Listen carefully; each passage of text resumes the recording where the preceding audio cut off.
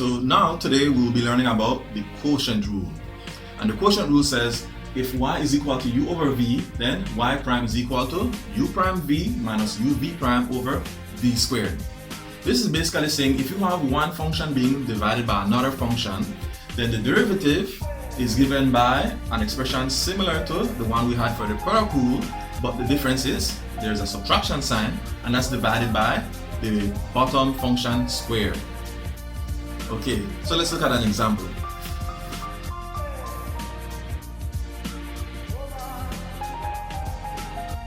So let's say we're to differentiate y equals 3x plus 7 over 2x minus 1.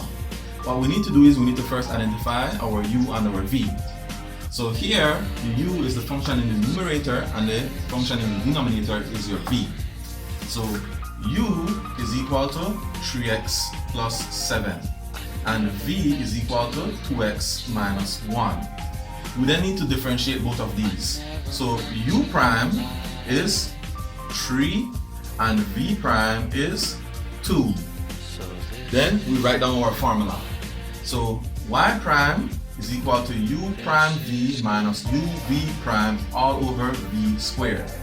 So when we substitute into that formula, u prime is 3, so we'll have 3 times 2x minus 1.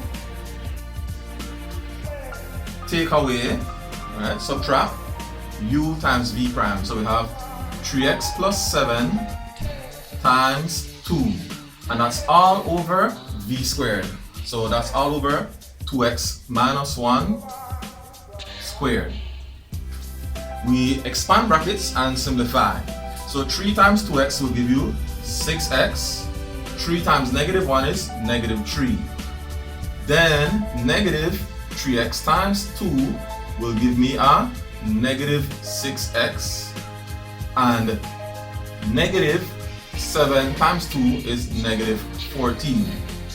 And that's all over 2x minus 1 squared.